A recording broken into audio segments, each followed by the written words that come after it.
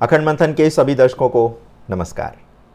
मैं हूं शेखर त्रिपाठी और आप देख रहे हैं हमारा YouTube चैनल अखंड मंथन। आगे क्या होने वाला है सीरीज में, आज के एपिसोड में देखिए कि किस प्रकार से ब्रिटेन के पूर्व आर्मी चीफ द्वारा तीसरे विश्व युद्ध के आरंभ होने की सूचना दे दी गई है। जी हां, 2 दिन पूर्व ब्रिटेन के पूर्व army chief general sir Patrick Sanders की उस भविष्यवाणी ने सारे संसार में तहलका मचा दिया है, जिसमें उन्होंने बहुत ही शीघ्र तीसरे विश्व युद्ध के आरंभ होने की भविष्यवाणी कर दी है। उनका कहना है कि जिस तरह से अब चीन के आक्रामक तेवर दिख रहे हैं, उसे देखकर ऐसा लगता है कि तीसरे विश्व युद्ध में अब अधिक विलंब नहीं है और इसका आरंभ तो इजराइल हमास और रूस यूक्रेन युद्ध से पहले ही हो चुका है। बस इसमें अब संसार के शेष देशों का युद्ध के मैदान में कूदना बाकी है। जनरल पैट्रिक के अनुसार अमेरिकी और यूरोपीय देशों ने तो हथियार और गोला बारूद भी एकत्र करना अभी से आरंभ कर दिया है। इन देशों में बड़े पैमाने पर सैनिकों की भर्तियां भी की जा रही हैं। इन देशों में सेना के सभी जवानों को एयर वॉर, एटमी अटैक से निपटने का भी प्रशिक्षण दिया जा रहा है। जनरल सर पैट्रिक सैंडर्स ने कहा कि नाटो और यूरोपीय देशों को हथियार उठा लेना चाहिए, क्योंकि तीसरा विश्व युद्ध बस आरंभ ही होने वाला है। रूस और ईरान के साथ मिलकर चीन एक बड़े आक्रमण की योजना बना रहा है। हम सतर्क नहीं रहे तो हमारा हारना तय है। जनरल पैट्रिक के अनुसार रूस, चीन और ईरान का नेक्सस 1939 में नाजियों से भी अधिक बड़ा खतरा बनने जा रहा है। वो पहले से अधिक सशक्त हैं, एकजुट हैं। उन्होंने ये भी कहा कि रूस युद्ध में हमसे जीत तो नहीं सकता, लेकिन ब्रिटेन और उसके सहयोगी अगर हथियार नहीं उठाए और कमियों को दूर नहीं किया गया तो हारने का खतरा बढ़ ही जाएगा। वो उसी तरह से हमारे ऊपर आक्रमण करने में सक्षम है जैसे उसने यूक्रेन पर किया। इसलिए हमें अपनी सेनाओं को शक्तिशाली बनाना होगा। लोगों को भी हथियार चलाने की ट्रेनिंग लेनी होगी। ब्रिटेन की सेनाएं युद्ध के लिए पर्याप्त शक्तिशाली नहीं है। सर पैट्रिक ने कहा कि हमारे पास इतनी शक्ति नहीं है कि हमने जिस तरह से इराक पर 2003 में आक्रमण किया था, उस तरह का हमला कहीं और कर सकें। फॉकलैंड आइलैंड को हमने 1982 में कब्जे में लिया, लेकिन अब हमारे पास उस तरह की टास्क फोर्स भी नहीं है। इससे पहले रक्षा मंत्रालय के भी एक वरिष्ठ अधिकारी ने यह चेतावनी दी है कि ब्रिटेन पर अगर अटैक किया गया तो वह लड़ने और जीतने के लिए बिल्कुल तैयार नहीं है। सैंडर्स ने इस स्थिति को बहुत गंभीर माना है। उन्होंने कहा है कि ये बहुत लंबे समय तक चलने वाला नहीं है। हमें हथियार उठाना और उसे चलाना सीखना होगा। हमें आक्रमण का उत्तर देना भी सीखना होगा। ब्रिटेन के पूर्व आर्मी चीफ ने संकेत किया है कि दुनिया में जहां भी युद्ध हो रहा है, उसके पीछे चीन, रूस और ईरान ही हैं। चाहे इजराइल हमास का मामला हो या फिर यूक्रेन का, मध्य पूर्व का मामला हो या फिर दक्षिण एशिया में अशांति का, हर स्थान पर चीन दादागिरी दिखा रहा है और बार बार पश्चिमी देशों को युद्ध के लिए उकसा रहा है। वह उत्तर कोरिया को भी बढ़ावा दे रहा है और ईरान को भी।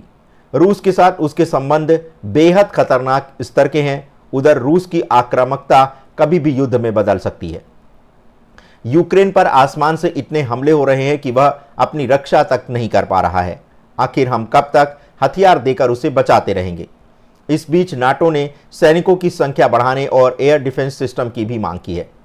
नाटो का कहना है कि अगर उसे युद्ध जीतना है तो 35 से 50 ब्रिगेड सेना और चाहिए। एक ब्रिगेड में 3000 से 7000 तक सैनिक हो सकते हैं। इसीलिए उसे अतिरिक्त 35 से 50 ब्रिगेड बनाने का अर्थ यह है कि 3.5 लाख सैनिकों की भर्ती अब करनी पड़ेगी। शीत युद्ध के पश्चात से नाटो देशों ने एंटी एयरक्राफ्ट डिफेंस सिस्टम कम कर दिए थे, क्योंकि उन्हें खतरा दिख नहीं रहा था। लेकिन वर्तमान समय में हमें और भी मिसाइल और एंटी एयरक्राफ्ट डिफेंस सिस्टम को तैनात करना होगा। गोला बारूद का भंडार भी एकत्र करना होगा। अब जनरल पैट्रिक की तरह ही भारत के महान संत देवदत्त अवधूत द्वारा भी एक ऐसी ही भविष्यवाणी 1950 के दशक में कर दी गई थी, जो इनकी भविष्यवाणी से मेल खाती है। आखिर उन्होंने ये क्या भविष्यवाणी की थी, ये हम आपको बताएंगे कल आगे क्या होने वाला है सीरीज के अगले एपिसोड में। लेकिन दर्शकों, जैसे कि हम आपको सावधान करते आ रहे हैं, चलिए, भविष्यवेताओं की भविष्यवाणी पर आपको विश्वास नहीं है, लेकिन ये तो सेना के एक पूर्व आर्मी चीफ का बयान है और आर्मी चीफ कभी भी कोई बयान सतही स्तर पर नहीं देते हैं। ये अवश्य है कि उन्होंने ब्रिटेन को जगाने के लिए ये चेतावनी दी है, लेकिन ऐसा उन्होंने पूरी तरह से अध्ययन करने के बाद ही अपना ये बयान दिया है। और जब से जनरल पैट्रिक का ये बयान अखबारों में, समाचारों में आया है, तब से सभी देशों में एक सनसनी मच गई है और सभी को ऐसा लग रहा है कि अब विश्व युद्ध का संकट बहुत ही निकट है। वैसे हम आपको बताते चलें कि 2022 में जब रूस और यूक्रेन का युद्ध आरंभ हुआ था और ये युद्ध अब 2 वर्ष से अधिक समय हो चुका है और अभी तक किसी निर्णय पर नहीं पहुंचा है। और इसी तरह से पिछले वर्ष इजराइल और हमास का जो युद्ध आरंभ हुआ वो भी अभी किसी निष्कर्ष पर नहीं पहुंचा है। तो आप ये मत समझिएगा कि ये विश्व युद्ध नहीं चल रहा है। जब 4 देश मिल करके एक युद्ध लड़ रहे हैं तो आप समझ सकते हैं कि ये एक तरह से विश्व युद्ध का बिगुल बजा दिया गया है।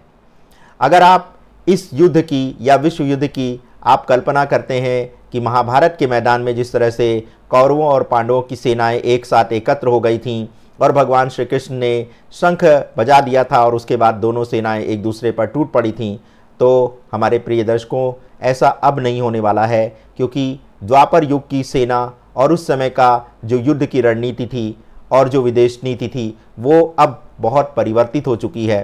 तो आप ये मत समझिएगा कि विश्व युद्ध का अर्थ ये होगा कि सारे देश एक साथ एक दूसरे से लड़ने लगेंगे। इसकी एक तरह से शुरुआत जो है वो रूस और यूक्रेन के द्वारा की जा चुकी है और रूस और यूक्रेन का जो ये युद्ध है, ये आप ये समझें कि यूक्रेन के साथ अमेरिका, नाटो देश, यूरोपीय देश एक साथ रूस पर आक्रमण कर रहे हैं। तो आप इससे समझ सकते हैं कि जब किसी एक देश के विरुद्ध इतने देश अगर युद्ध के मैदान में कूद पड़े तो आप इसे क्या कहेंगे? क्या आप इसे तीसरा विश्व युद्ध नहीं मानेंगे? और इधर चीन की दादागिरी धीरे धीरे बढ़ती जा रही है। भारत के साथ ये स्थिति कब भड़क जाए इसकी कोई समय निर्धारित नहीं किया जा सकता। 2017 आप याद होगा आपको लेकिन भारतीय दर्शकों की एक समस्या यह है कि वो बहुत ही जल्दी भूल जाते हैं 2017 में जब डोकलाम विवाद हुआ था और हमारे सैनिकों ने किस तरह से चीनी सैनिकों को एक तरह से मात दी थी, वो सब लगता है आप भूल गए। कोरोना महामारी को भी आप भूल चुके हैं। जब हम कहते हैं कि इस प्रकार से आपको सावधान रहना चाहिए, तब आप हम पर ही आरोप लगाना आरंभ कर देते हैं कि हम तो भविष्यवाणी के नाम पर भय फैला रहे हैं।